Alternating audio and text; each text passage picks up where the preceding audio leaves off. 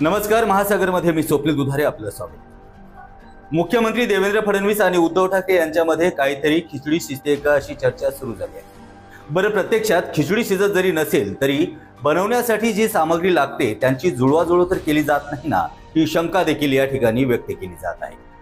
आणि अचानक असं काय झालं की उद्धव ठाकरेच्या शिवसेनेला फडणवीस यांनी चक्क ऑफर दिली।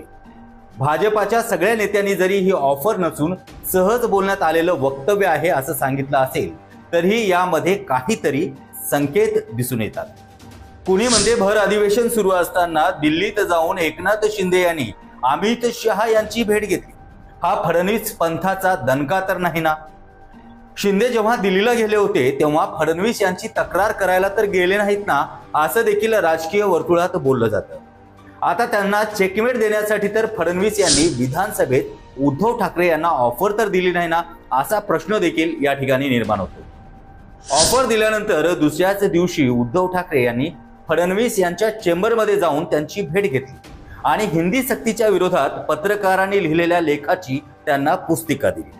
आणि त्यानंतर मुंबईतील एका पंचतारांकित हॉटेलमध्ये मुख्यमंत्री देवेंद्र फडणवीस आणि आदित्य ठाकरे तब्बल 4.5 तास थांबून होते।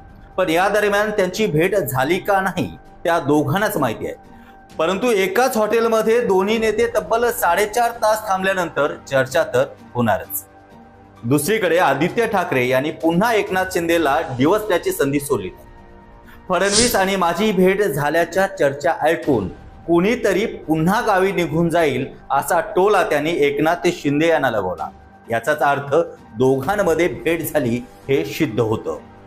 हा सगळा प्रकार मनोरंजक असला तरीही याला राजकीय अँगल दिले जात आहे। देवेंद्र फडणवीस आणि आदित्य ठाकरे या दोघांची जे भेट झाली आहे त्याबाबत कमालीची गुप्तता देखील पाळण्यात आली होती आणि ही भेट बंद दाराआड चर्चा झाल्याची माहिती देखील मिळत आहे। एकनाथ शिंदे हे दिल्ली वारी करून आल्यानंतर देवेंद्र फडणवीस हे ठाकरेंशी जवळीक करताना त्यांना दिसतं। शिवाय विधानसभेत देखील त्यांनी ठाकरेंना चक्क सत्तेत येण्याची ऑफर दिली होती। त्यातच आता ठाकरे आणि फडणवीस यांच्या भेटीमुळे राजकीय वातावरण गुप्तपणे तापत आहे। यामध्ये एकनाथ शिंदे यांचं टेन्शन वाढण्याची मात्र या ठिकाणी दाट शक्यता दिसत आहे। देवेंद्र फडणवीस आणि आदित्य ठाकरे यांनी वांद्रे येथील सोफिटेल हॉटेलमध्ये भेट झाल्याची जोरदार चर्चा आहे। खरं तर या हॉटेलमध्ये कुठलाही सार्वजनिक कार्यक्रम नव्हता ज्या कार्यक्रमाला मुख्यमंत्री एवढा वेळ थांबू शकतील। मुख्यमंत्री देवेंद्र फडणवीस यांच्याकडून जैन गुरुच्या भेटीसाठी हॉटेलमध्ये आल्याचं ट्विट करण्यात आलं असलं तरीही मुख्यमंत्री पदावर असणारा व्यक्ती तब्बल 4.5 ते 5 तास इतका वेळ एकाच भेटीसाठी कसा देऊ शकतो असा प्रश्न देखील पडला आहे। शनिवारी संध्याकाळी 7:30 वाजता आदित्य ठाकरे हे हॉटेलला पोहोचले। त्यानंतर 5 मिनिटांनी त्याच ठिकाणी देवेंद्र फडणवीस देखील आले। त्यानंतर दोन्ही नेते एकमेकांना भेटले हे देखील माहिती मिळत आहे। या दरम्यान त्यांच्यात राजकीय भेट झाल्याची माहिती देखील आहे। गेल्या काही दिवसापासून ठाकरे आणि फडणवीस यांचे सूर जुळत असताना तिकडे शिंदे गटाचं मात्र टेन्शन वाढलं आहे। फडणवीस यांना ठाकरेंशी का जुळून घ्यावं वाटतं यांची एक थिअरी मांडल्या जात आहे, ते देखील आपण पाहूया। एकतर शिंदे गटामुळे अडचण। खरं सांगायचं तर जेव्हापासून एकनाथ शिंदे मूळ शिवसेनेपासून वेगळे झाले तेव्हापासून त्यांच्यासोबत गेलेले आमदार एकदम मोकाट सुटले। ठाकरे सोबत शिवसेनेत असताना कॅश सोबत कश ओढणारे संजय शिरसाट, गावगुंड सारखी हाणामारी करणारे संजय गायकवाड, भर विधानसभेत सभागृह सुरू असताना तंबाखू मळणारे भरत गोगावले असली मुजोरी मंडळी कंट्रोलमध्ये होती। पण एकनाथ शिंदे आता त्या सगळ्यांना अतिरिक्त मोकळीक दिली आहे, किंबहुना त्यांना ती मोकळीक द्यावी लागते। त्यामुळे ही सगळी मंडळी अतिशय सेफारली आहे। हीच बाब देवेंद्र फडणवीस यांना कुठेतरी खुपते, कारण देवेंद्र फडणवीस हे एका संघातून आलेलं शिस्तबद्ध व्यक्तिमत्व आहे। पण ही सगळी मंडळी शिंदेच्या दिलेल्या मोकळेकपणामुळे महायुतीसाठी अडचण ठरत आहे। त्यामुळे या सगळ्या मंडळींना कंट्रोलमध्ये ठेवण्यासाठी फडणवीस यांना वेगळा मार्ग निवडावा लागत आहे असं देखील या ठिकाणी दिसत आहे। धाक ना धोका आणि मोकळा मोका अशी अवस्था शिंदेच्या आमदारांची आणि मंत्र्यांची झाली आहे। आता वळूया दुसऱ्या मुद्द्याकडे, शिंदेची अचानक दिल्लीवारी। अधिवेशन सुरू असतानाच अचानक शिंदे यांनी केलेली दिल्लीवारी फडणवीस यांच्या नजरेत येणं साहजिक आहे। कुठल्याही कार्यक्रमाचं औचित्य नसताना त्याचबरोबर देवेंद्र फडणवीस यांना कल्पना न देता एकनाथ शिंदे यांनी केलेली दिल्लीवारी फडणवीस यांना कुठेतरी खटकते।